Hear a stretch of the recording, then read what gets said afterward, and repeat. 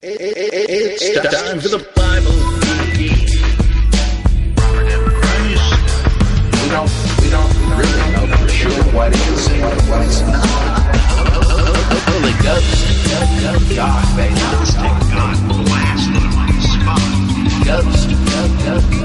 Yes, friends, it's time for the Bible.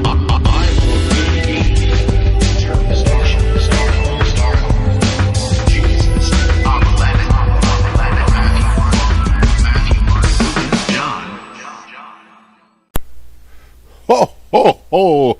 It's near Christmas time, and therefore time for the Bible geek who does, admittedly, look a little bit like Santa Claus. Just want to alert you to a couple of things before I start bluffing my way through the questions. One of them is, again, this really nifty book I think you would all enjoy, a fictionalized version of Adam, Eve, Cain, and Abel, a 1928 novel called Eden by Murray Sheehan, whoever he was. And this is a little gem that my co-author, Ed Suominen, discovered and found was not in copyright anymore, and he and I are working on a reprint of it with an introductory essay by Ed and myself, and pointing out the Gnostic and Kabbalistic and Buddhist parallels in it, and also things we think are brilliant in the novel, and I just found it fascinating and as well as beautifully written, and it combines being a really scathing satire on misogyny and religion and so forth with a really beautiful poetic style. It's really unusual, and it ought to be out pretty soon from Tellectual Press, same folks, mainly Ed, who published the book we wrote together, Evolving Out of Eden, and I'll have more specific information to share, but it shouldn't be too long, and got a great cover and everything. I think you'll really get a kick out of it. Another thing, if you're interested in argumentation and critical thinking, and I know you are, you wouldn't be listening to this thing, I want you to check out another partner of mine, Bo Bennett's new online courses on logical fallacies.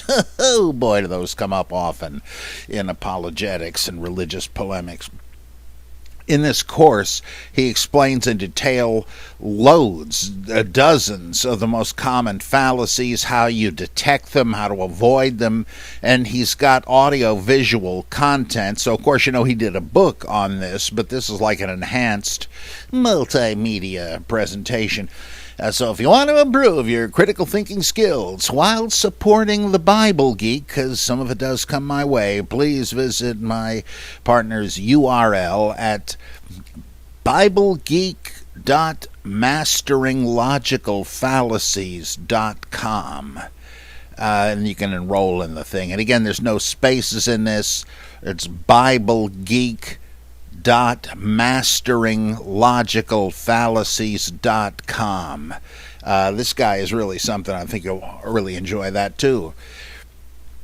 Here is a reading announcement, or sort of a public service for geekdom from Lucas. He says, recently one of your listeners gave recommendations on ebook versions from Amazon. In that spirit, I'd like to pass on a recommendation on audiobooks, namely the site LibriVox, https://LibriVox.org/ and LibriVox is LibriVox. It's a volunteer service, which means all books are free. I found many good ones, such as The Life of Jesus Critically Examined, D.F. Strauss, The Quest of the Historical Jesus, Albert Schweitzer, and The Golden Bough, James Frazier. Not bad. I wouldn't mind listening to that as I'm making my rounds, any of those. Since the service is free, they only do books in the public domain, so more recent works are not available. However, there's still plenty to choose from, and not just books relating to the Bible. For example, they have a collection of Lovecraft stories. Oh boy. Happy reading and listening, Lucas says. Appreciate that. I'll have to check that out myself. Definitely. This is from Damned in Ann Arbor. Per the Bibles, that's the book for me. What is it that God gets out of all this bowing and scraping? How great thou art! Has the one and only God got an inferiority complex? A little more. Is it biblical that God was unfulfilled by his relationship with the yes-man angels and created man to be the free-willed worshiper he never had, only to condemn to torture all those humans who do not see? This is the best theological answer to this I ever heard, and it's only an answer to half of it, is that worship is really for our sake, or at least it's half for our sake, because as creations of God, we naturally need to face the sun. It's like heliotropism. Flowers face the sun because they need the light for photosynthesis. Well, it's kind of like that with us. As creatures of God, God is like the sun, and we draw nourishment from him, and that's what happens in worship. It's edifying, right? It builds up. That makes some sense to me. If I don't know that it's even kind of psychologically true, and that, why are there religions all over the place? There always have been. Well, there's certainly a kind of an instinct for religion, or as Richard Dawkins would say, pretty compellingly, I think, instincts that we may have for other direct survival reasons wind up making us seek some sort of satisfaction from an unseen entity. He says just like moths don't have an instinct to immolate themselves in candle flames, it's a kind of a fortuitous misuse of an instinct they evolved for other reasons when there weren't any candle flames to fly into. And he tells you what it was, and I can't remember. But, so I don't know that proves anything. I don't think it does. But about whether there's a God who planted such an instinct. C.S. Lewis argued that there was. He says, what a weird universe it would be if we had a yearning for food and there didn't happen to be any at all, anywhere, ever. Well, of course, I don't know how good an analogy that is for anything, because if we needed food and there wasn't any, that'd be it. There wouldn't even be a second generation of us, right? At any rate, I kind of see that. But on the other hand, as Bubba Free John, under one of his names, once said, a man needs religion like a fish needs a bicycle. Do you really need it, or have you been told that you do? And I don't know. How the heck would I know? I'm not omniscient or anything near it. But that is, as I say, even from a theological standpoint, just half the story. Why did God create us plants, us flowers that need to face him? What was the point of that?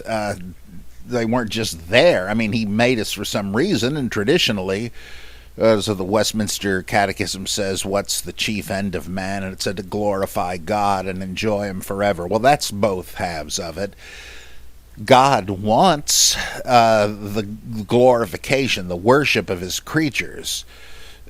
One might say, well, they owe it to him. I mean, if Israel worshipped only Jehovah because he, unlike the other deities, is the one who liberated them from Egyptian slavery.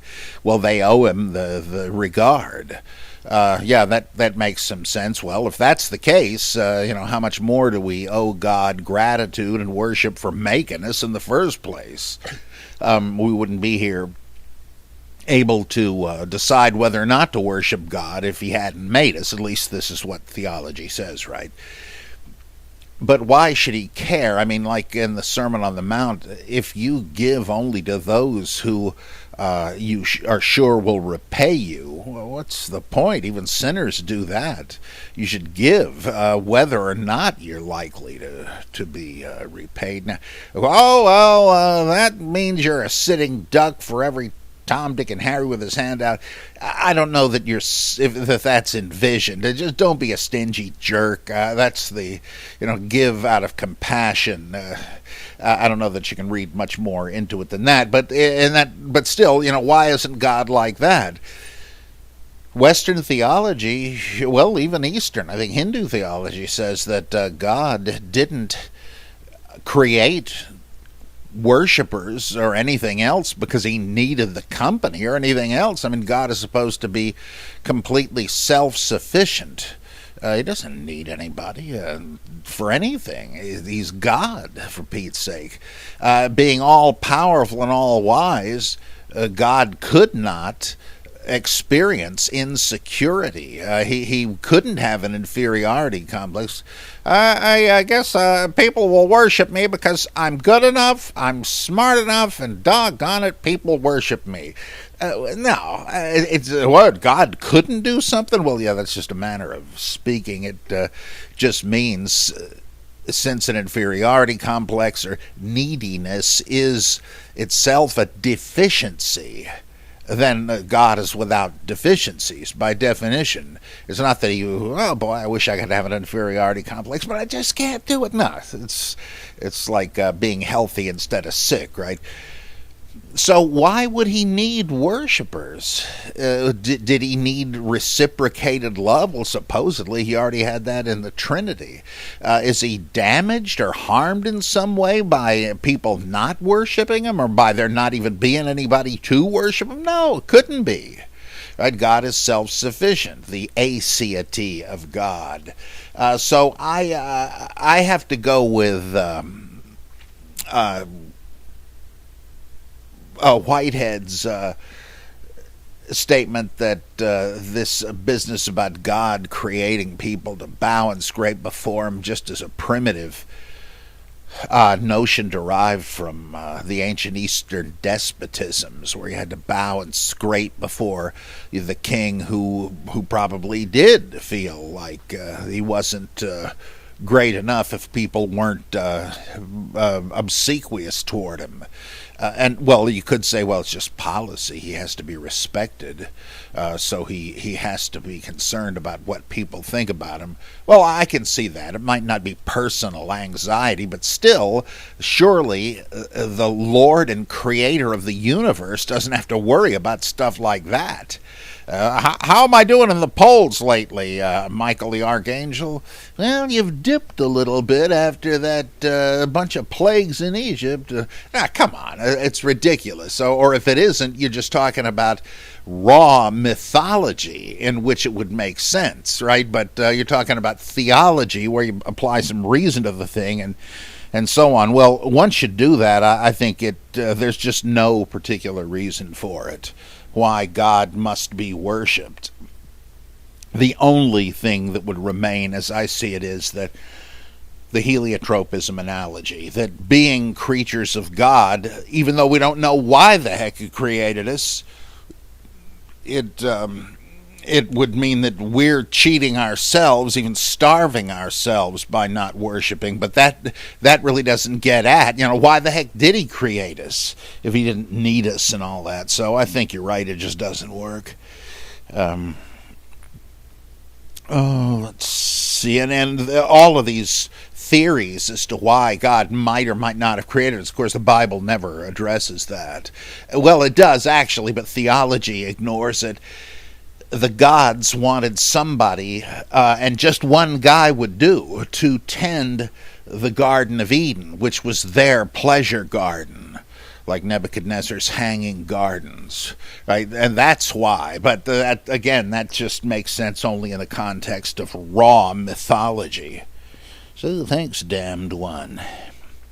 Ron Wolfson. For a second there, it said Raz something. I guess I was thinking of Arrow last night with Raz Al Ghul killing off, apparently, at least having a duel with Oliver Queen. And I thought, well, if he did kill him, as it appears he did, it's no great loss. It might pave the way for doing a better job casting the next Green Arrow. I thought Ra's al Ghul and Oliver Queen are just both terribly miscast. It's amazing. But sorry, that's another bunch of mythology. Anyway, Ron says, I watched your 3 parts of Christian Dilemma with great interest. Remember, this was a video documentary or something I was in. I've never seen it myself. In part 2, minute 43.00, you may have overlooked the fact that during the Passover period, Jews are actually forbidden to eat bread and traditionally eat unleavened bread, also called matzo, so that Yehoshua... Jesus spelled in the Hebrew way, would not have said to his Jewish followers on the Seder night that this bread is my body. Well, I don't know Hebrew, so they, at least in translation, you read unleavened bread. And if that's actually a translation, then Jesus could be imagined as saying that, and everybody would have understood he means unleavened bread. But largely, I think the issue is bigger than that even. When he says you've got to consume his body and blood, this is just utterly out of the question for a Jewish setting.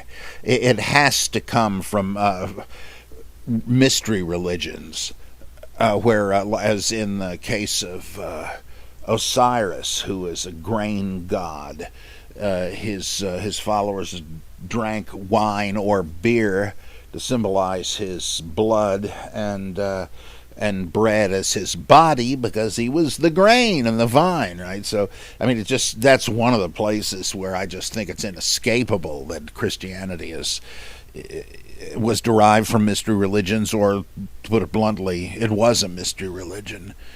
Thanks, Ron. A question from Alex in Ohio. I've recently become fascinated with the character of Simon Magus. I find Bauer's theory, and yours really, Hermann Dettering's, that Simon Magus is a caricature of Paul to be highly convincing and oh so tantalizing. I was wondering if you might comment on the idea I had while thinking about Simon and Paul. Acts 8, 9 through 10 introduces Simon and notably uses 2 forms of the Greek word for great in quick succession to refer to him and his powers, megale and megon, which makes it sound like great could have been an epithet in use to refer to Simon Magus. If this is the great power of God, right? If Simon Magus is Paul and Simon was called the Great, then could the name Paul be explained as a direct pun on his former non-Christian epithet? Because Paul, of course, means little. Right? When Simon Magus converts to Christianity, perhaps his epithet great, Greek megon, Latin magnus, became inverted to its antonym Paulus, humble or small, in recognition of the fact that he has renounced being great in his own stead and is now small and humbled in the service of Christ.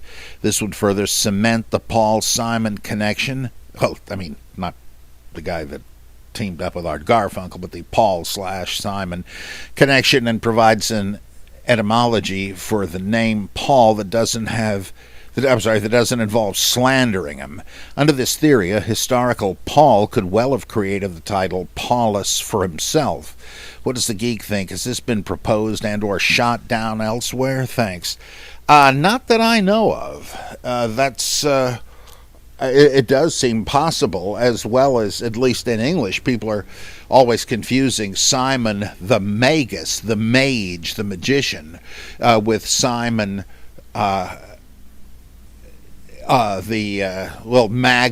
right, the great.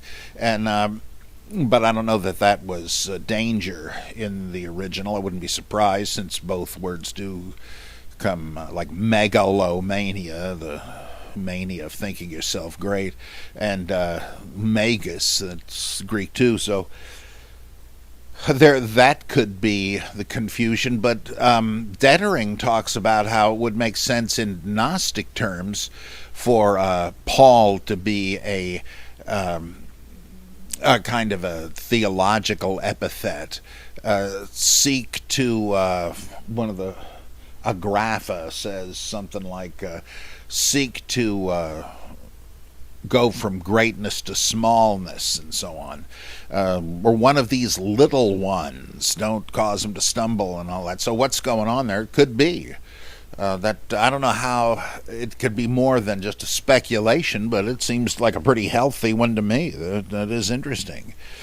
Of course, Paulus can also mean false one, as the Aramaic root, as in the Mandean texts, where we're told either of the baptism of the false Messiah, meaning Jesus from their standpoint, or the Messiah Paul, because it's not clear what's intended there. So it could be a negative epithet, but what you say is interesting. I don't think I've heard that proposed. Of course, it could have been, and I wouldn't know it, but it could be. Fascinating. Robert, a fellow Robert, there's something about that name. I got the right guy. Yeah, I'm sorry, I'm confused here. There is a high statistical probability that a Jehovah's Witness has knocked on your door and shared the good news with you. I was wondering if you can share any stories you might have had interacting with a Jehovah's Witness witnessing at your door. If you think your Jehovah's Witness story is not that amusing, then I'd like to know how your interaction with people evangelizing you unfold, specifically if they have no idea that you're a biblical scholar. Well, my standby story here is a funny incident that sort of took all morning, back when I lived in Mount Olive, about 40 minutes from where I live now. And one fine Saturday morning, here come the Jehovah's Witnesses. I was inclined just to say, "Get away, kid, you bother me." But Carol said, "Look, you're a religion professor. If anybody is to try to talk some sense into these guys, I think it's your responsibility." So, okay. And welcomed him in. And I found that you couldn't have a conversation with him, with these two guys, because it was just a canned spiel that they offered. They had one point leading to another, and if you questioned anything, we'll get to that when Elvries is over. Now back to the presentation. It was an utter waste of time. These guys were just three-dimensional evangelistic tracts. When they, as they got up to leave, here, literally, I mean, they pretty much, I guess they passed on the front walk. Here came some Mormon missionaries. The witnesses made a snide crack about these guys, saying they're peddlers of religion. Little joke there, right? Peddling the bicycles they ride around on. And they came in. I welcomed them. I said, okay, come on in. And I found that you could, and I've always found with Mormons, you could have a real conversation. I mean, they also had their pitch, and I've heard it more than once, but they were open to discuss things, and they didn't quite know what to do with the fact that I said I respected and appreciated Mormonism, though I couldn't believe that the Book of Mormon was a genuine ancient work, and I I don't know if I told them this, but I know I've said before that I think the Lord of the Rings would be more plausible as a new scripture. But I wasn't saying, "Oh, get out of here," and you take your false religion or your bunk with you. I approach this, as I always do, as a scholar of religion, which means I can't just hate somebody's religion. I have to try to understand it in a phenomenological way, as a historical phenomenon, someone's genuine belief and all that. And I've found that other times talking with Mormons.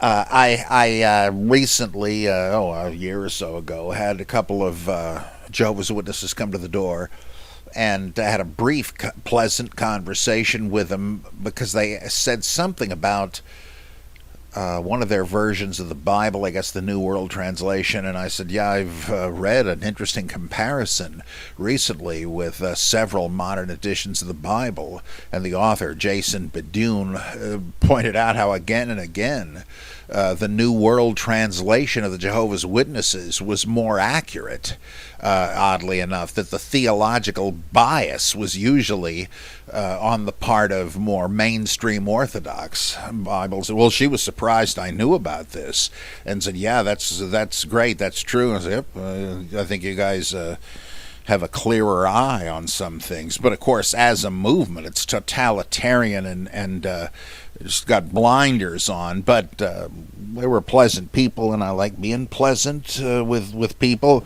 And so it's a mixed bag, I guess. But my little experience, it suggests to me that the witnesses are more like, vacuum cleaner salesmen in their approach. And but anyway, yeah, let's see. I have occasionally told fundamentalist evangelicals that I used to be one of them, and that I just found it couldn't back up its claims either with ancient evidence or with the experiential claims. Oh, this is going to be so great when you're born again. And I said, it just didn't work for me, and I know it from the inside. So I didn't go on to try to disabuse them, but I made it clear that no, I've left that behind. It's not for me, thanks. So that's my approach. Justin M. White from Tampa, Florida. He says, greetings, Venerable Geek. I've been trying to get through R.H. Charles's Eschatology, the Doctrine of a Future Life.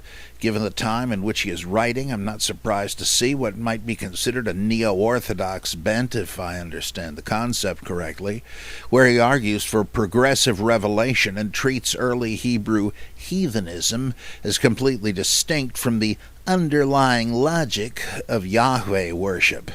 This makes his work both fascinating and frustrating at the same time. A similar feeling I get when listening to Orthodox rabbis give lectures on Christianity. Great critical insight into Christianity, but peppered with some Jewish orthodoxy that cannot be questioned to the same extent.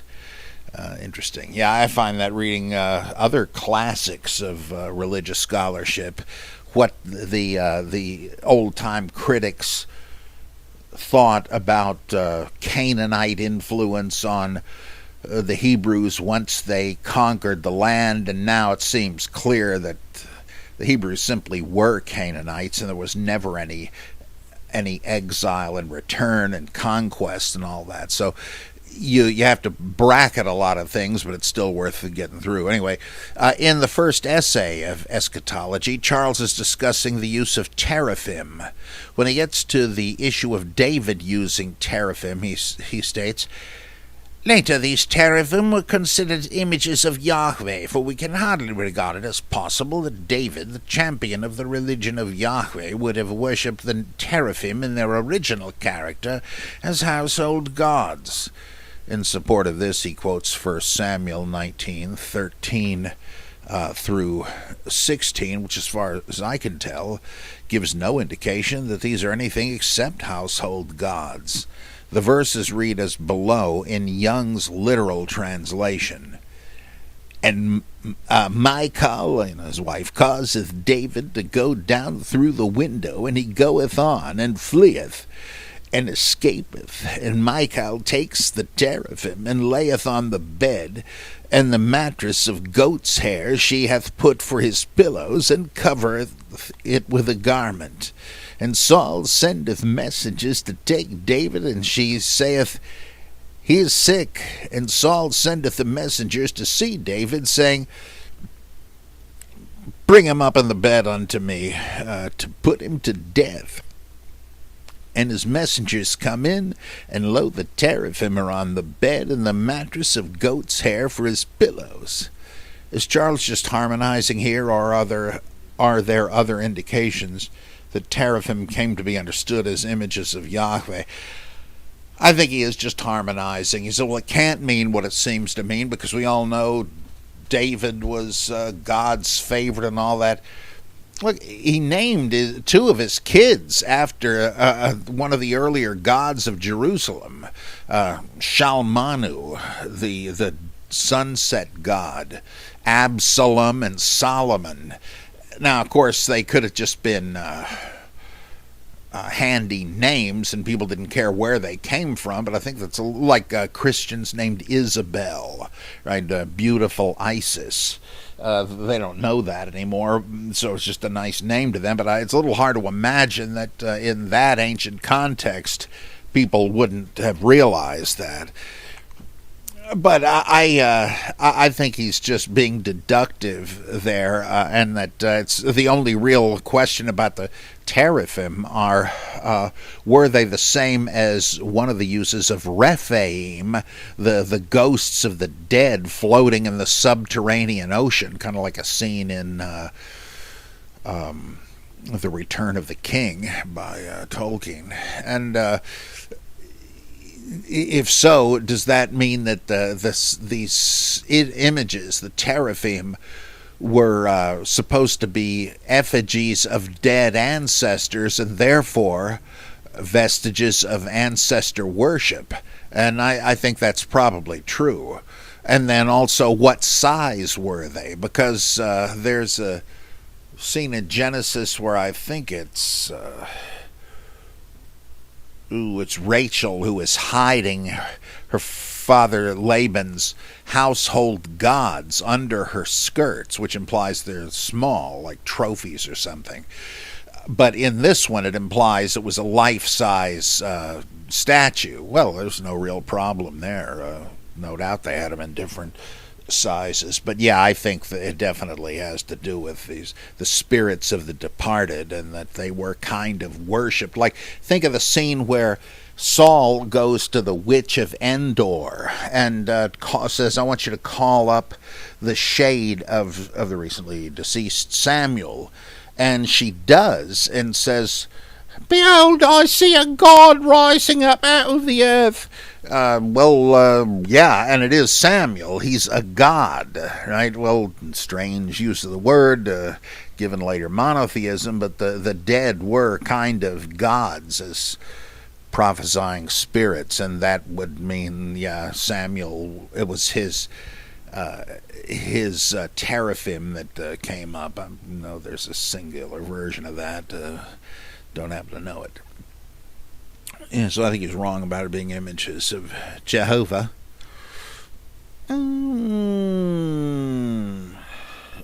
Who's next?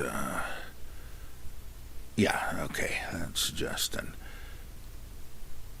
This is, I believe, Evan in California. Yeah, I'm pretty sure. If I understand evangelical theology correctly, the good news is the fact that humans now have a way to avoid being tormented in hell for eternity. Does the New Testament make this claim, or is it just a natural consequence of their theology? Reading Luke, it seems the good news has been brought to the poor, not to people who believe X, Y, and Z to be true. What are your thoughts? Well, of course, the good news could mean different things. In fact, A couple of times in the Gospels, it actually seems to refer to a written proclamation of the Christian faith, probably the one you're now reading. This gospel will be preached, and so on. Sometimes it just means an important proclamation of glad tidings, which could just mean, hey, the emperor is going to stop in your town on his travels, so that means more business for your merchants and so on. And so that's good news. Hugh Schoenfield argued that it doesn't even necessarily mean good news, that later usages of the word imply it that had kind of rubbed off and it just meant the big news. Have you heard the news? But I think it still retains the good news. John Felix convinced me of that, and so where I have just the news with a capital N following Schoenfield in my pre-Nicene New Testament, one of the changes from that to the Human Bible New Testament, which ought to be out pretty soon, is I do go back to just gospel. After all, we know that word, so there's no reason necessarily to avoid the biblical phrase. I mean, it's helpful sometimes to defamiliarize the text, but I figure that's a pretty good one. So there could be different gospels, and the gospel that Jesus preaches in the Synoptics certainly has nothing to do with believing in him, except that he says, believe the gospel, meaning, what I'm saying is true. And like John the Baptist said, that the coming one, he's at the door, he's got his winnowing fan in his hand to start the work of weeding out the good from the bad in view of the coming judgment. He says you ought to believe him, but he doesn't mean John didn't mean you have to accept him as your personal savior or something. And in fact, I don't know that any Bible passage says that about Jesus either. But the gospel in the epistles certainly refers to the Christian message as then being propagated. I love this statement in Harnack's What is Christianity, where he says, it's much more complicated than he could have realized at the time, but a very important statement. He says, if Jesus was really preaching stuff like the parable of the prodigal son, come back to God, don't worry about the burden of your sins, he just wants you back. You repent and come back to God, let bygones be bygones. If he's preaching that, is it really possible that he was thinking in the back of his mind, of course all this is going to be moot in a few weeks after I die on the cross and come back to life, and then everybody's going to have to believe in that? He's certainly right. I mean, there's a huge discrepancy there. And so the gospel for a historical Jesus cannot have been the Christian preaching.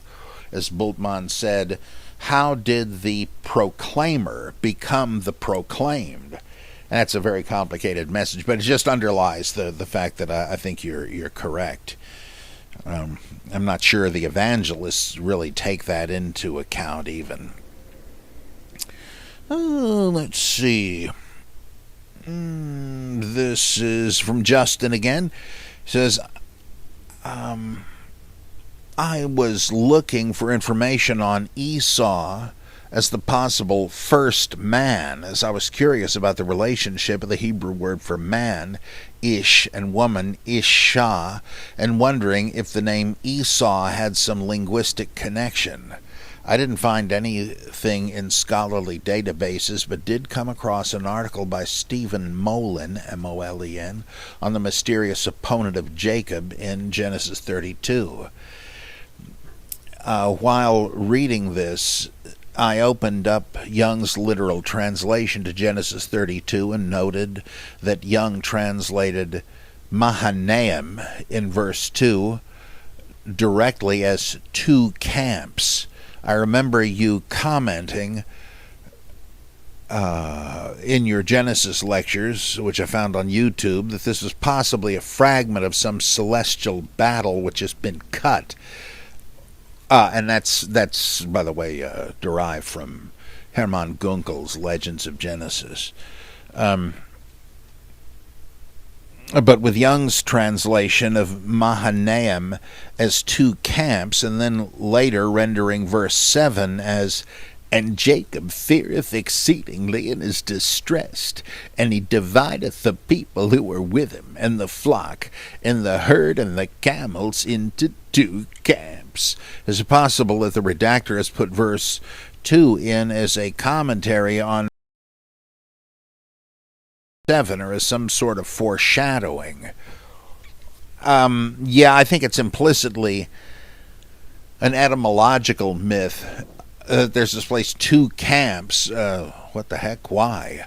And somebody said, well, it must be because that's where Jacob heard the news that Esau was coming to get him, and decided to cut his losses and divide his retinue and his relatives and his possessions into two, so that if one were attacked, the other would escape.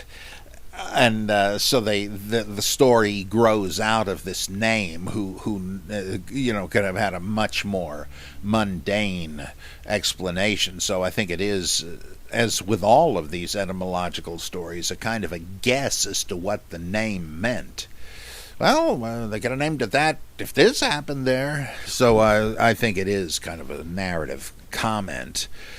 But the thing with Gunkel's theory was, he figures that Jacob is wrestling with a god, and that implies Jacob is virtually a god or a titan. I find that a little less than convincing. I don't think it's absurd, but I now find it less likely. I don't think you need it, and in fact, whatever ancient tradition underlies it, I think it all has to do with this implicit idea that here's Esau ready to forgive and forget after Jacob having to flee the country because he knew that his brother was out to kill him. Why is he willing to forgive and forget now?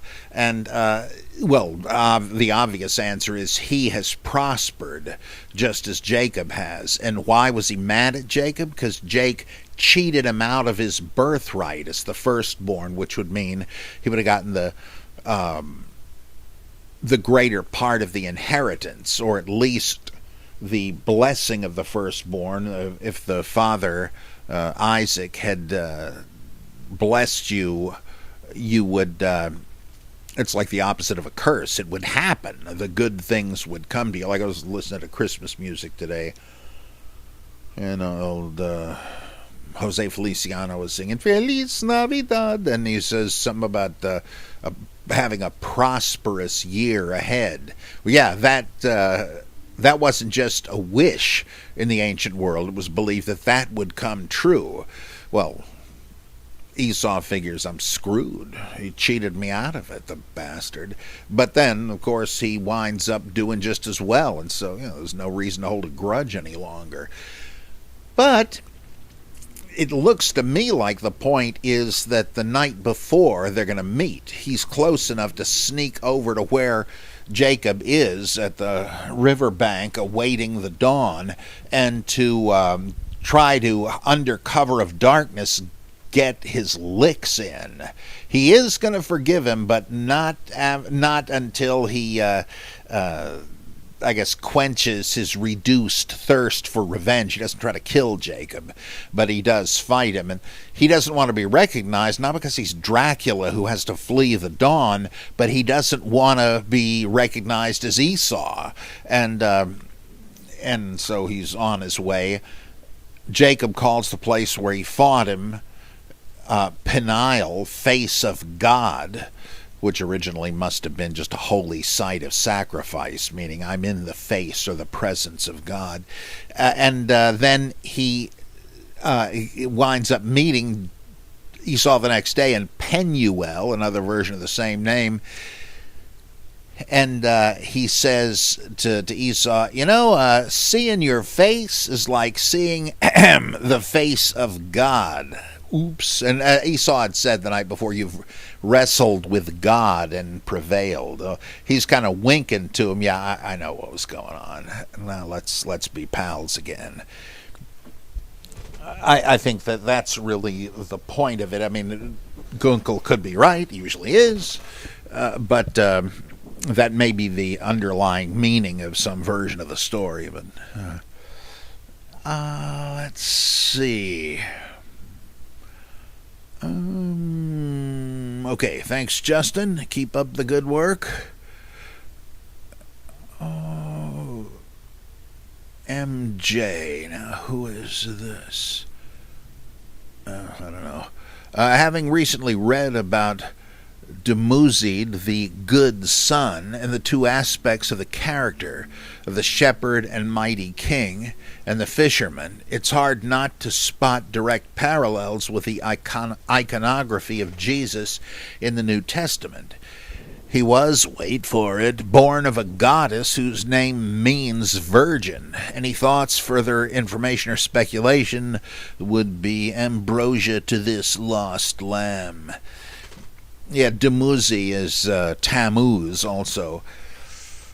And, I think that this is yet another parallel clinching the case that the story of Jesus is drawn from the Mediterranean myths of the dying and rising God. Even Bethlehem was a shrine, I think, to Tammuz, and he was supposed to have been born there. So, yeah, I think there is a connection, definitely. And Chaz Cephas says, "Oh, Geekus Maximus, I really love your reading of Lena Einhorn's paper from the SBL, the Egyptian prophet, on which on the Bible Geek a couple of years ago. What are your personal thoughts on that paper, and why do you think that more scholarly attention has not been given to her hypothesis?" I don't know what to think of it yet, but it does kind of fit into something I've thought for several years, that there is an uneasy recognition of the overlapping between these messianic characters from around the time of the fall of Jerusalem and Jesus. What it does in Mark 13 specifically is to say that the Son of Man's returning, every eye will see him, it'll be supernatural, it'll be technicolor.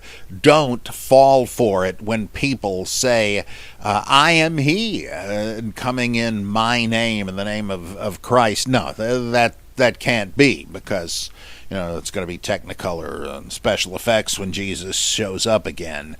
I think that has to mean that there were people saying, oh, I bet you that Theudas the magician, or Menachem, or one of these guys, that must be what the prophecy of the second coming of Jesus is about.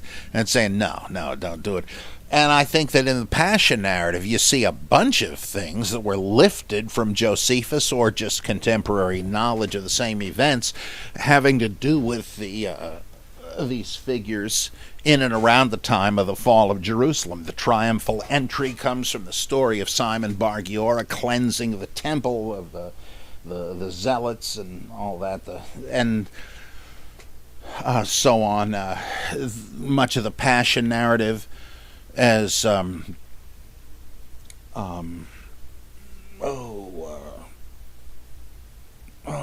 even a friend of mine. Why can't I think of his name? Because I'm senile, that's why. Ted Whedon says, comes right out of Josephus' account of Jesus ben Ananias, killed in the fall of Jerusalem. So, it seems to me that Lena is right, that there's been confusion between the Jesus character and these characters.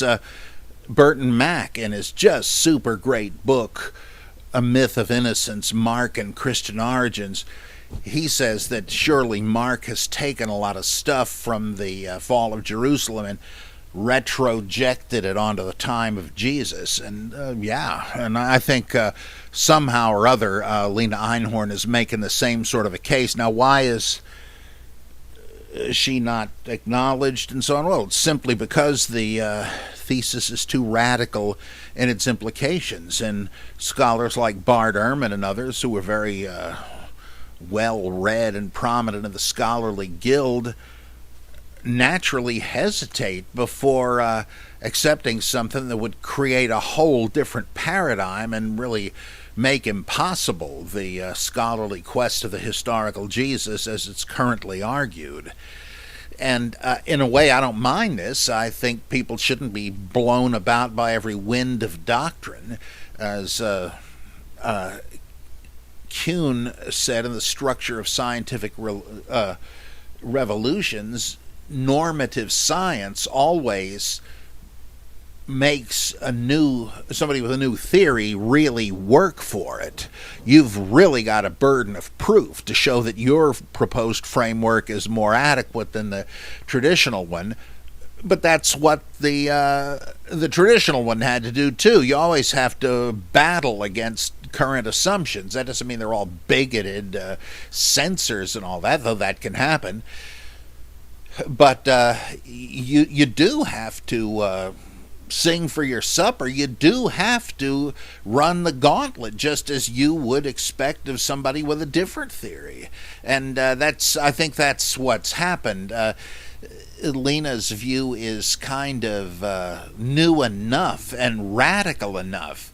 I mean, there's nothing inherently implausible about it. It's not a harebrained theory or something. I'm not sure that those who don't embrace it think that it's some sort of kook thing, and it's also hard to prove. And you can never prove any of these things. It's just a question of showing that your paradigm can make sense of certain features and aspects of evidence that people had not yet been able to make sense out of.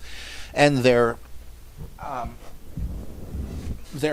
a number of implications of her theory that I think Lena would not pretend to have explored completely.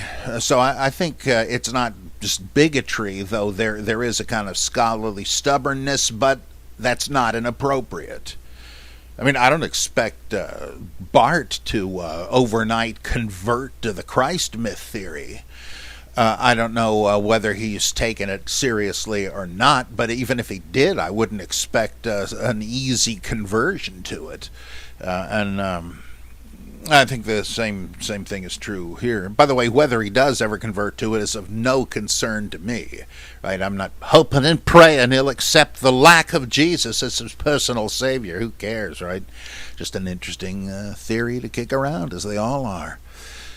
Okay, continuing with the question. William Deaver presents didn't he have a sitcom in the 60s? Leave It to... No, I guess not. Deaver presents the convincing case that the original Old Testament, when first written down in its earliest form, was a kind of book religion designed by the ruling elite of Jerusalem to codify, develop, and maintain their power base. Yeah, that's not at all unlikely. I mean, Ezra and Nehemiah representing the Persian government trying to reformulate Jewish religion in a subject territory. Yeah, I think that's a pretty fair statement. And Margaret Barker with everything she says about the Deuteronomic reform as an attempt to streamline and update Jewish theology, and the reluctance of popular belief to accept it kind of fits the same thing. Could the same case be made for the New Testament with regards to the priesthood wanting to reestablish their power base after the fall of the Second Temple in 70 A.D.? I don't think so. I think by the time you're even talking about a New Testament canon, Judaism and Christianity have parted ways. Though I do think the establishment of the canon in the Christian church, the Hellenistic, Catholic Orthodox church to which Constantine belonged, I think, they were trying to eliminate competing forms of Christian belief, the lost Christianities that Barterman talks about, and they wanted to limit the voices one could hear. Frank Kermode, the great literary critic, said that any time you form a canon, an official list, whether in religion or literature or whatever, you mean to limit the voices that can be heard. That's the whole point of it. Don't waste your time with that stuff. This is what you need to read. And that's so the whole notion of a canon is kind of a power grab, an authoritative thing. I always remember what my teacher Helmut Kester said, that the best canon is the most inclusive. That was one of the guiding lodestars of my pre-Nicene New Testament. Here's what the New Testament might have looked like had they tried to make it representative. So you have many competing views. Then going on, the great Margaret Barker states, is this supposed to be a quote?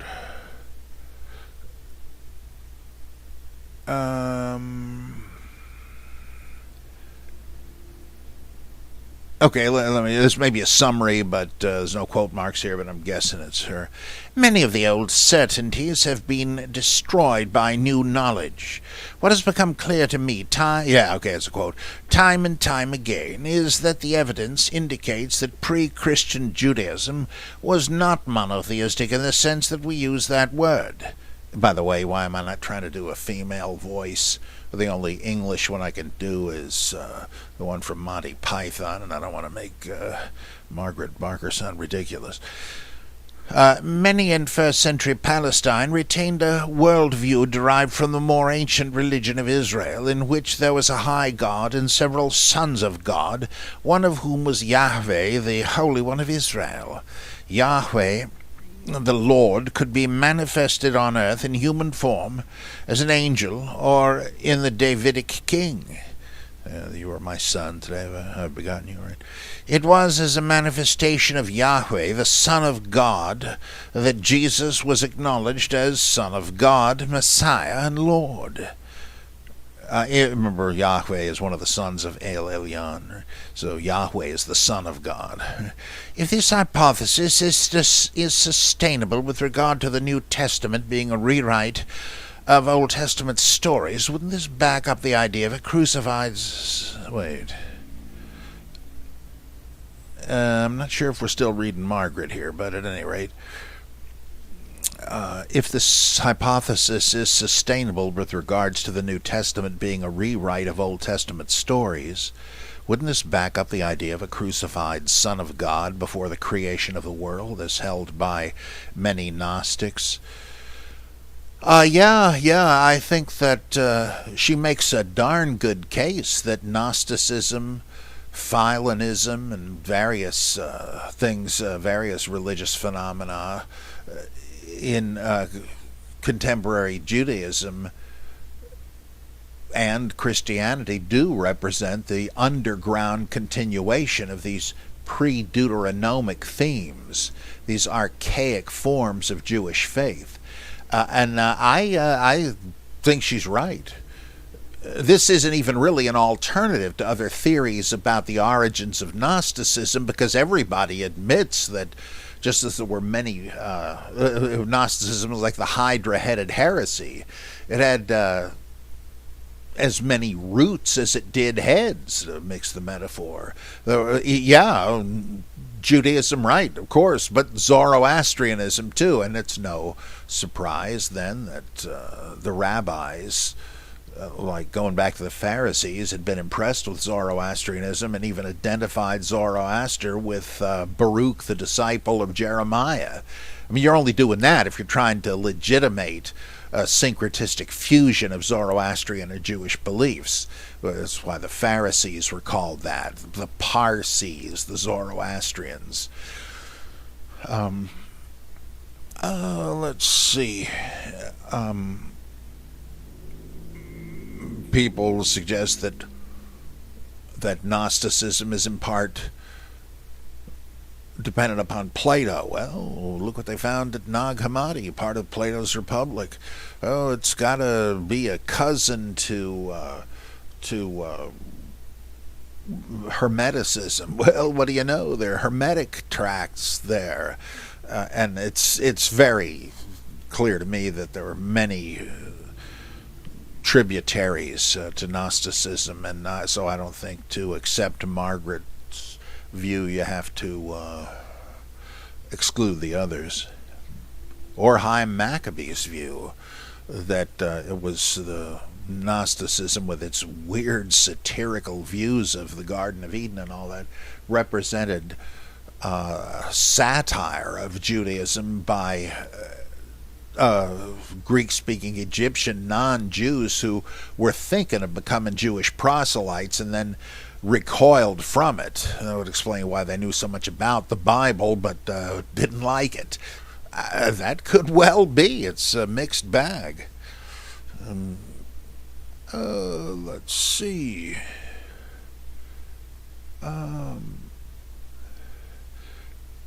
And thanks for everything you and your team do, John Felix, Reuven, etc. You've changed my life and the lives of many more people yet to be born. I only mention this because he praises Reuven and John and others, including the mighty Surjan, without whom this thing wouldn't exist at all. Let's see. Thank you, Chaz. David S. says, when I went to church as a child, I was told that when Christ died on the cross, he descended to hell and spent the period of time between his death and resurrection writhing there. Is this the opinion of most scholars, and is there enough biblical evidence, in your opinion, to support this theoretical story? I can't imagine such an event, seemingly ripe for making into an epic dialogue between Christ and the enemy. Satan would have gone unremarked on by biblical writers if it were commonly accepted as canon. I don't think that's in the New Testament, but I know there are some charismatics, for instance, in the JDS camp, that Jesus died spiritually camp, that Jesus went to hell and suffered there. I don't think there's evidence for that being an ancient view. I think the hints in the New Testament imply, like in the Epistle of the Hebrews, he tasted death for every man, meaning he was really dead, contra the dosis, but he didn't stay dead. But that little bit of death, you might say, given that you're talking about the immortal Son of God, the quality replaced the quantity. That such an entity's life could be snuffed out was enough to equate to the debt of sin, and the wages of sin is death. Now, often it's hard to say whether who would have meant hell if they said that, because often, though the threat of hell is mentioned in the Gospels, it's in warnings to repent so you don't go there, but it doesn't say anything about whether Jesus would have gone there. Now, there is stuff about Jesus going to to Sheol or hell or Hades or whatever, or is there? If there is, as has traditionally been thought based on 1 Peter, he's put to death in the flesh but made alive in the spirit, in which he went to preach to the spirits in prison who had been disobedient of the time of Noah. Why just them, right? And they figured, okay, he went to evangelize the dead, or in the even more mythological version of the harrowing of hell that you find in the Gospel of Nicodemus /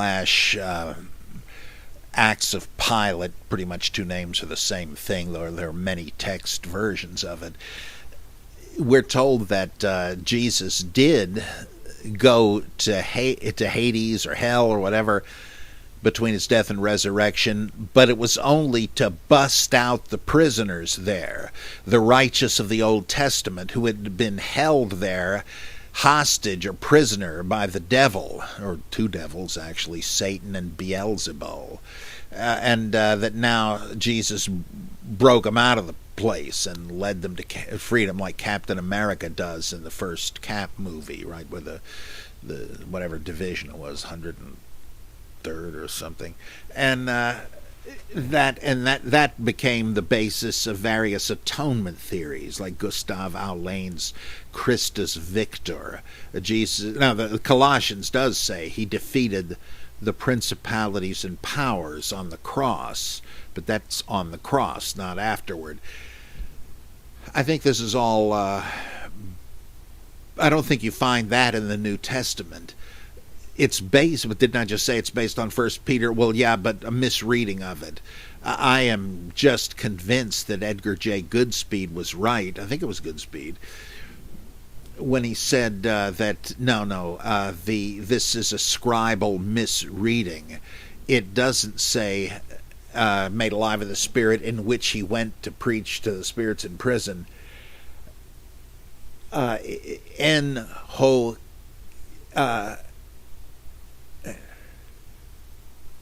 Enhokai, in which he also went to preach to the spirits in prison. No, that's remember there wasn't any space between letters in words, right? In these ancient manuscripts, what it actually said was not in which also, Enhokai. It was Enoch. The sentence should have ended, made alive in the Spirit. Enoch went to preach to the spirits in prison who disobeyed at the time of Noah. Okay, bingo! That fits what we read in 1st Enoch, that during his heavenly journey, Enoch was shown all the holding cells of the Watchers, the fallen sons of God, whose wickedness precipitated the corruption of humanity, which precipitated the world-destroying flood. And that Enoch saw these guys in their striped prison suits and all that, and they said, hey, listen, you've got the ear of God. Can you go and plead for mercy for us? And he said, okay, I'll do my best. But God said, nothing doing. And he had to go back and report, I'm sorry, it didn't work. Well, this is what the passage is referring to. It doesn't have anything to do with Jesus and knocking around in the netherworld before he rose from the dead. Plus, you gotta. Luke obviously didn't think this, because he has Jesus say to the repentant thief on the cross next to him, today you will be with me in paradise, the dwelling on the third level of heaven in Jewish thought, where the righteous lived, not the highest heaven where God lived. But Jesus didn't expect to be going to hell, according to Luke. So I think this is a deduction from theology. Wait a minute, if everybody goes to hell because of their sin, Jesus must have done that. That's a kind of, it makes some sense, but it's a huge leap of an inference. I mean, it makes a lot of sense. As I say, in Buddhism, some of the bodhisattvas are believed to be suffering the horrors of hell so that their believers won't have to. I mean, it's not an absurd notion that you couldn't find in ancient religious myth, but I don't really see signs of it in the Gospels. So, thanks, David. Great question. Justin again. Keep him up, Justice. Justin, sorry. He says, I'm reading up on the destruction of the Unis shrine, Younis, in other words, the tomb of Jonah, in Mosul, I believe that's the ancient Nineveh, by ISIS. You can boo and hiss if you want. I'll leave you a second to do that. I'm trying to figure out how much has been lost in its destruction in terms of artifacts, architecture, and evidence of regime changes, such as the church becoming a mosque in the 14th century. How spurious was the identification of this shrine as the resting place of Jonah? Was this one of the sites identified by Christians in the time of Constantine, looking to identify places mentioned in the Bible? I have no idea of what the evidence would suggest, but I cannot believe that they actually had the relics of Jonah. It's highly doubtful to me whether there was a Jonah. If all we had was that story, I'd say we don't. Not just because the guy is said to be swallowed by a fish, but the idea that Nineveh repented and converted to Judaism is just historically ludicrous. So I'm not. But there is a prophecy of Jonah, right? A brief book, one of the so-called minor prophets. But who knows, right? Maybe that was just attributed to a big name. So I can't really imagine they actually knew where the tomb of Jonah was, even if he was a historical individual. But I don't know what the state of the evidence is. So also, what are the historical claims of the Salafi movement in terms of getting back to the original practices of the earliest Muslims who lived in the time of Muhammad? Would research that undermines the historicity of Muhammad undermine their claims as well? Yeah, Justin, I think that the ample evidence that the official life of Muhammad is bunk. The earliest source we have is Ibn Ishaq, who wrote this huge life of Muhammad 200 years after the alleged time of Muhammad. This just is pious legend built up, as the Gospels are, from traditions that originated in attempts by scribes to explain puzzling verses of the Quran. I urge you to read the endlessly fascinating anthologies of criticism edited by Ibn Waraq.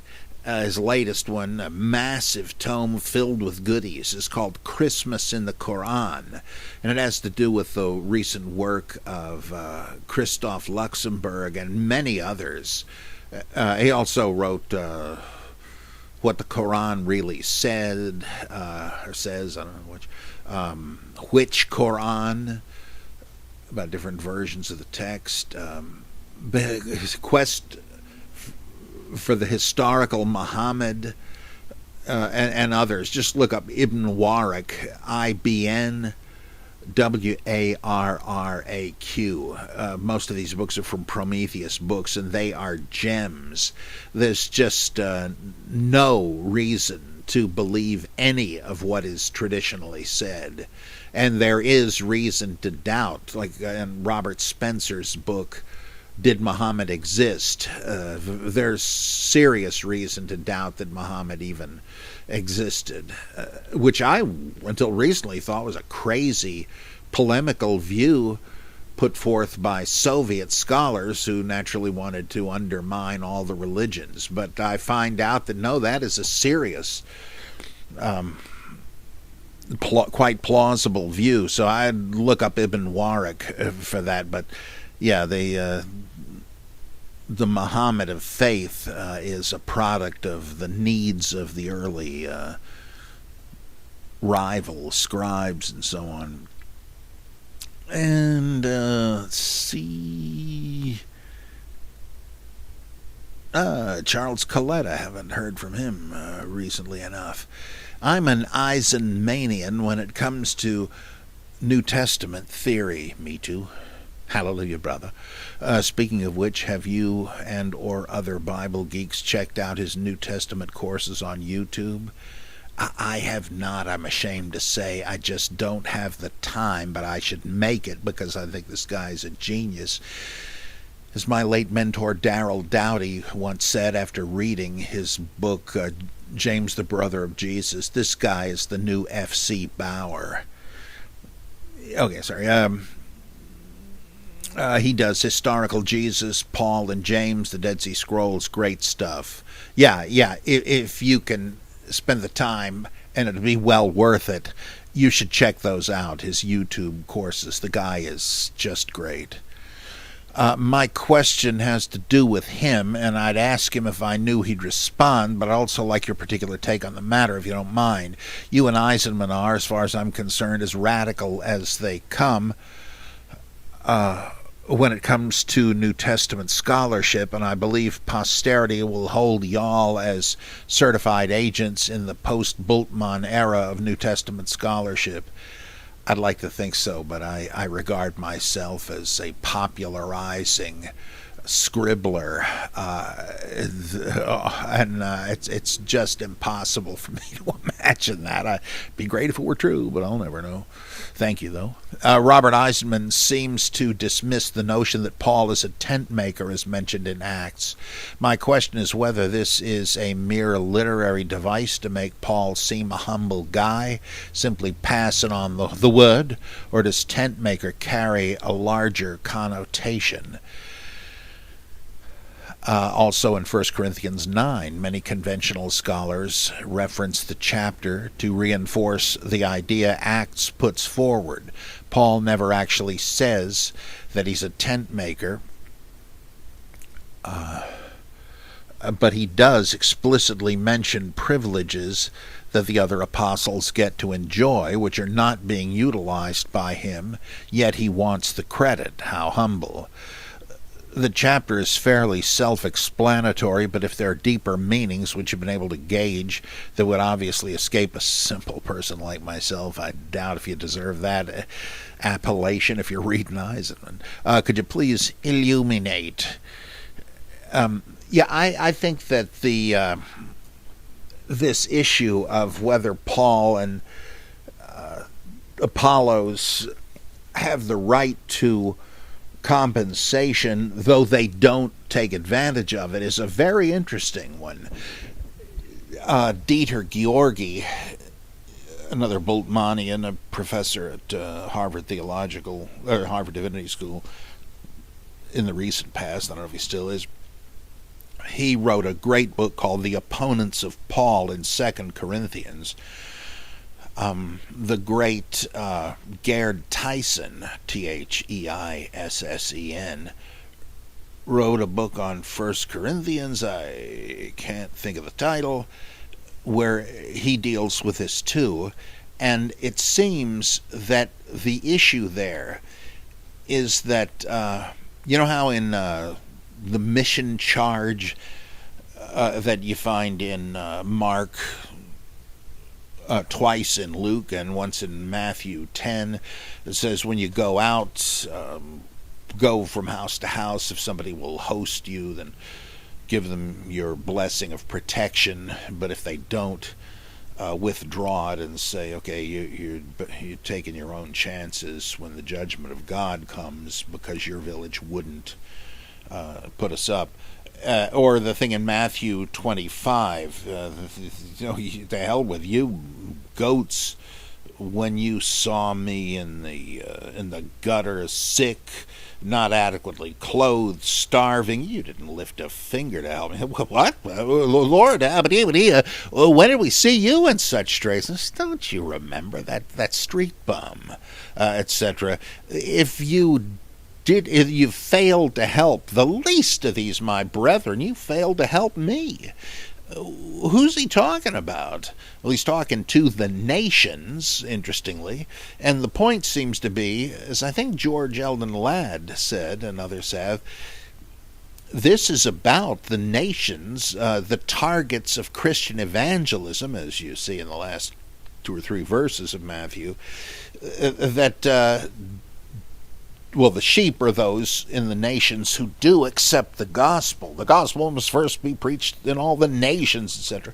And the goats are the ones that were indifferent to it. Get out of here. So they're going to be judged based on whether they accepted the message. Remember, woe to you, Chorazin, Bethsaida, Capernaum, if the miracles wrought in you had been done in Sodom and Gomorrah and Tyre and Sidon, they'd be standing to this day. And yet, what's in store for you makes that looked like a Sunday school picnic. What happened to them? Did you accept the preaching of Jesus? I think that's the issue there. And the brethren of Jesus, as parallel use elsewhere in the New Testament suggests, these guys are the missionaries. And so what was tantamount to rejecting the gospel? Not supporting the missionaries with food, shelter, clothing, and provisions. Right? The workman deserves his hire, so eat whatever they set before you and all that stuff. Don't take any money yourselves. You should have faith in God to take care of you.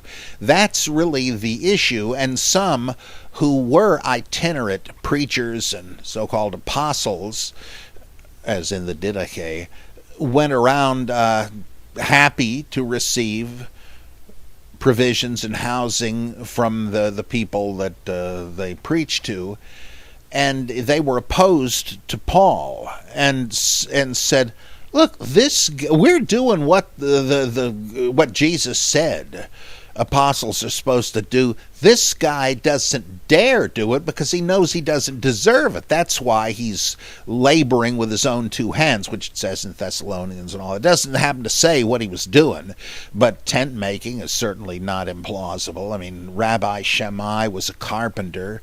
The rabbis tended not to have a salaried position, nor to seek one, nor to want one, because they figured they didn't want to be on somebody's payroll. They didn't want to be like the Old Testament prophets who were paid yes men. And that great story about Micaiah ben Imlah, you know, that story where the king of Israel and the king of Judah are getting together considering an alliance against Syria or somebody. And the one king says, "Let me bring in my staff of prophets to see if God is with us on this." And so they all to a man say, "Oh yeah, go get him, your majesty. God will give him into your hand."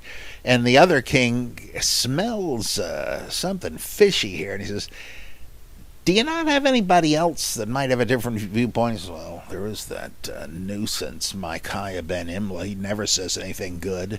Could you bring him in?" "Okay." And so they drag him in, and he says, "Okay, Micaiah, we're planning this war. What do you think?" And he says, "Oh, no problem, your majesty. God says go get him." You can't mean that, Micaiah. What do you really think? Level with me." "Okay, let me just tell you what I happened to hear this morning when I was listening in on the heavenly council with God and his angels." And he says, "Look, I'm really looking to screw the king of Israel. Anybody got any ideas?" "You've been working on this, haven't you, Gabriel?" He says, "Well, yeah, how about this?" "I don't know. Michael, what about this?" "Well, we can do this." "Nah, no." And one little spirit angel pipes up and says, "I could become a lying spirit in the mouth of his prophets and set him up for disaster." And God says, "You're on. That's what we'll do." And you see, O king, that's the spirit by which your yes men are prophesying. You go there in that battle, you're going to regret it. And he gets in big trouble. Well, the rabbis said, yeah, that's what happens when you can't afford to get your congregation mad at you. There's suddenly a search committee formed. And oh, is that the truth? And so the rabbi said, no, we're not taking any money for the services we render, for teaching the Torah, any of this stuff. And we want to be pure in our motives. Well, Paul sort of argues that way, it seems to me. And I think Georgi and Tyson are right that Paul is having to say, look, they're right. These critics of mine, apostles do have every right to support, but I don't take advantage of it because I don't want anybody drawing the wrong conclusions, the wrong inferences, which, of course, is a stab at the people that are criticizing him, implying maybe they're just in this for the money. They're like TV evangelists or something. It's really fascinating. It seems like that's irrelevant, but it isn't. It's very profound stuff, actually.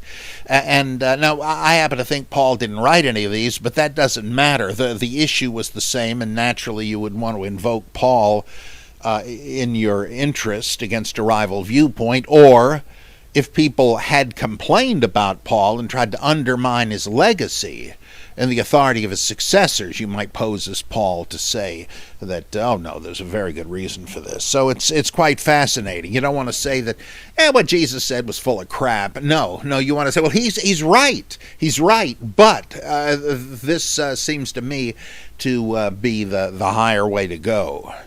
And fascinating, I think. Let's see. So he could have been a tent maker. Wouldn't be any surprise. Finally, in 1 Corinthians 9:5, Paul says, "Do we not have the right to be accompanied by a believing wife, as do other brothers, as to the brothers of the Lord and Cephas?" Now, this is heavy stuff. I can't believe as an Eisenmanian that Paul, when he says brothers of the Lord, means to suggest James and Jesus, other brothers, had wives. Nor can one accept sans evidence that Cephas and or Peter had a wife. What's the deal with this passage? Let's see. Well, Mark figures that Peter did have a wife, right? Because they go to his house and they're hungry, but Peter's mother-in-law would ordinarily do the cooking, but she's got Epstein-Barr and isn't feeling up to it, and so just to get a meal, Jesus says, well, I'll take care of that, and lifts her up from the sick bed, and she's healed so they can eat. It's hilarious. So that certainly presupposes it. Also, there's a story in one of the Nag Hammadi texts that Peter has a daughter who was made deformed to keep the mitts of the local Lotharios away off her. And so that was a common view, and then you'd have to think about the passage in Luke that those who would follow Jesus have to give up wife and property and all of that, and so presumably Peter did.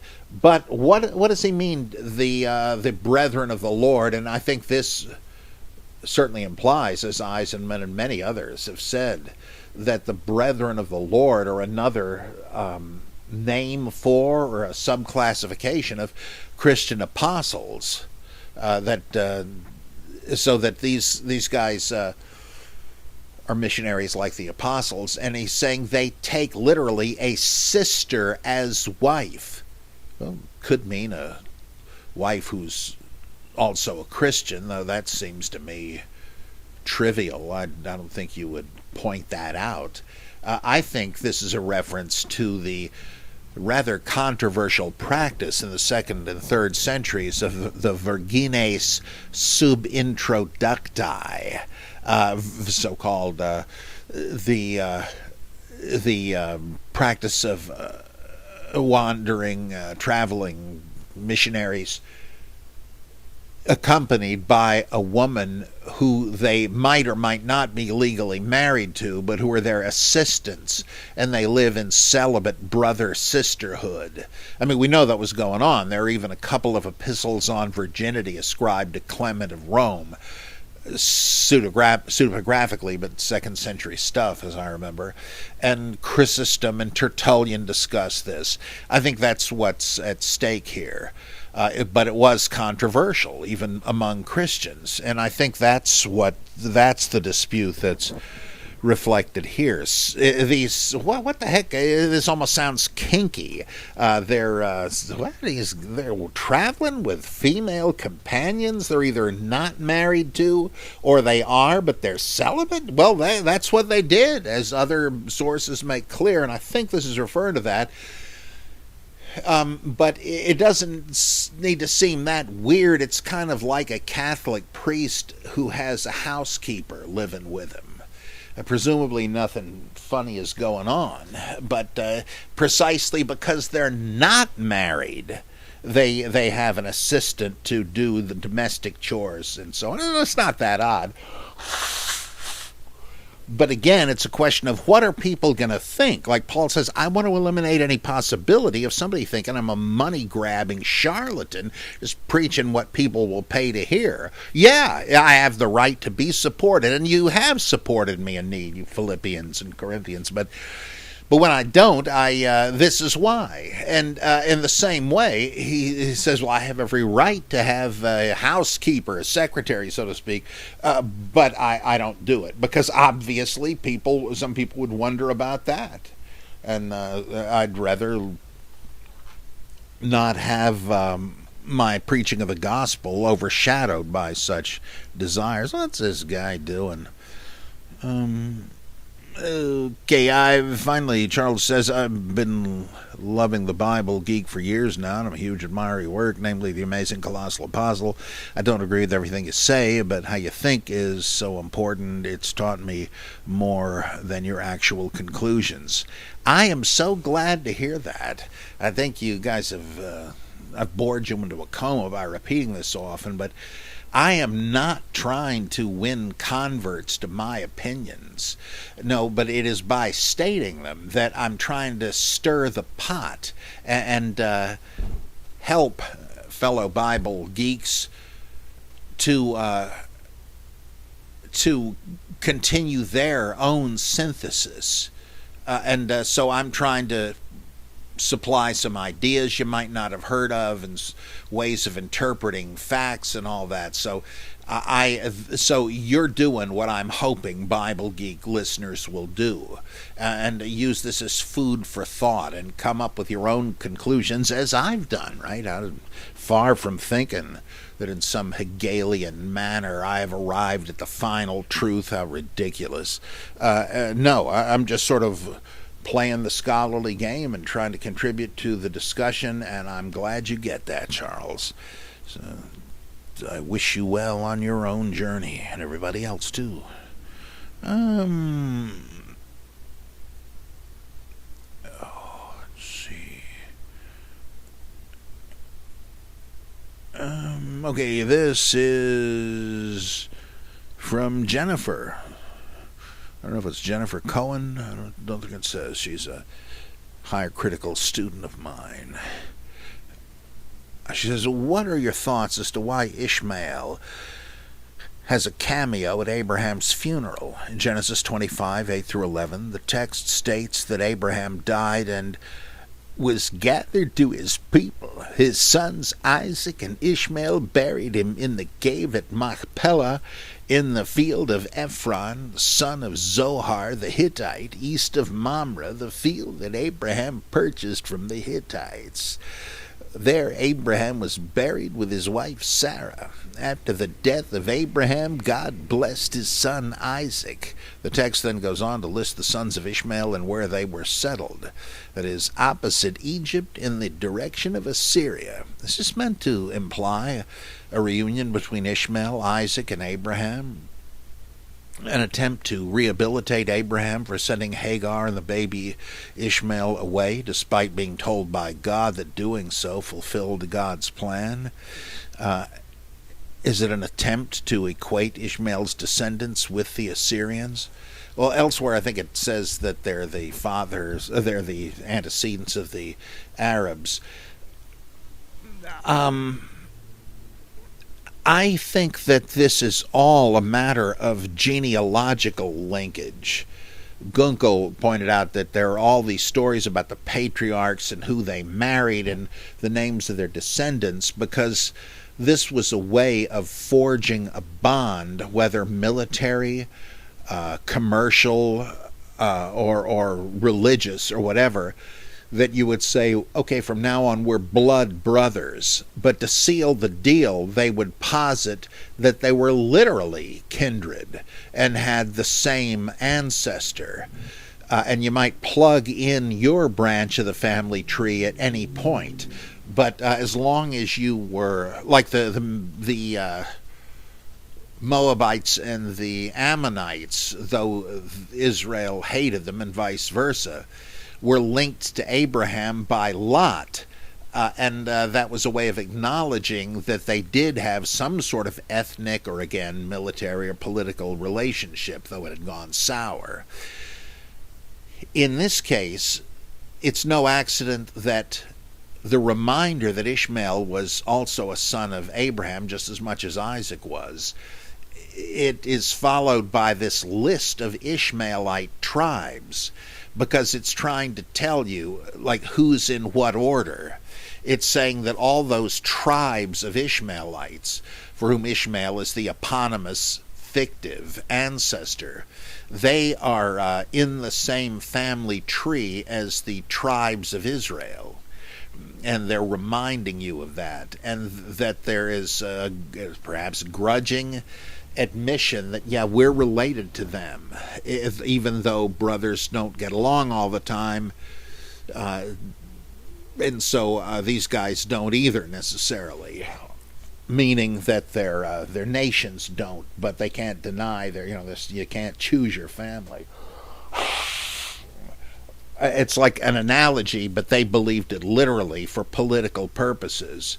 Just like in First Maccabees, I think they say, oh, what do you know? Jews and Spartans are related. Well, probably marked an alliance.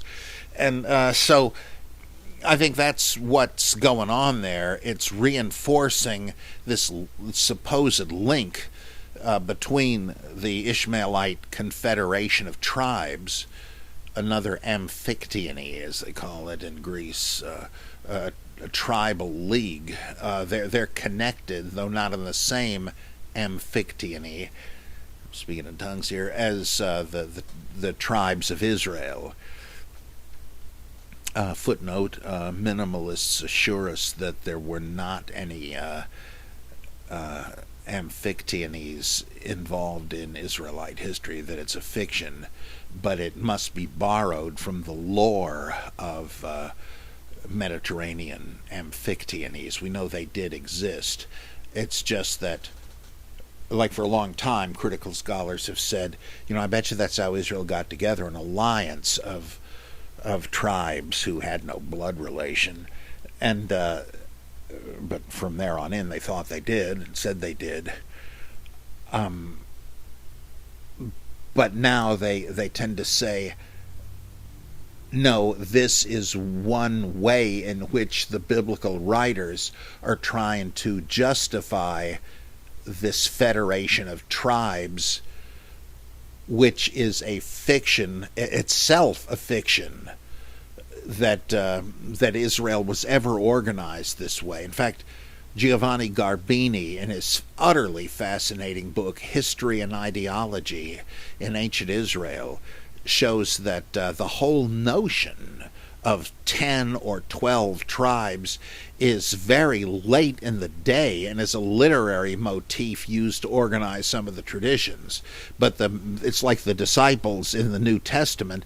The lists of the tribes don't agree either in number or all the names, and the whole thing's artificial. But at any rate, at some level, they're trying to legitimate the political, economic, etc. relations of these adjacent ethnic groups and nations and clans by working out a genealogy that is really a kind of political document, and I think that's what's going on here. Well, I'm getting a little winded from my incredibly gusty fusillade of pomposity, and I will try to get back with you before Christmas, because I want to I think Karim Gantus, I believe it was, suggested I do a Christmas special, and I think I see how I can do that, so I'll try to make sure I do that at least before Christmas. And I want to wish you a Merry Christmas, Happy Hanukkah, Human Light, Solstice, or whatever. But I should be with you again before then.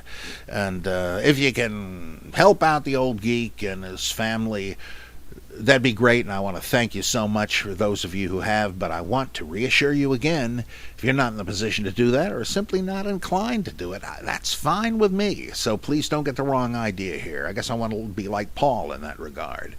So we're here because of our mutual fascination with the Bible, and period. I'll see you soon, and thanks for being with me on the Bible Geek.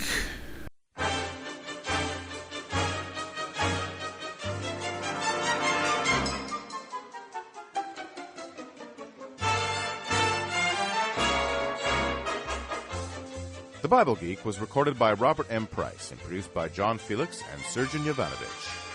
Theme song by John Morris. Visit us at robertmprice.mindvendor.com for more info on Robert's projects, purchase Bible Geek merchandise, and click the ever-important Donate button. Send your questions to criticus@aol.com, and be sure to rate and review The Bible Geek on iTunes. Thanks for listening to The Bible Geek. I'm Torrin Atkinson.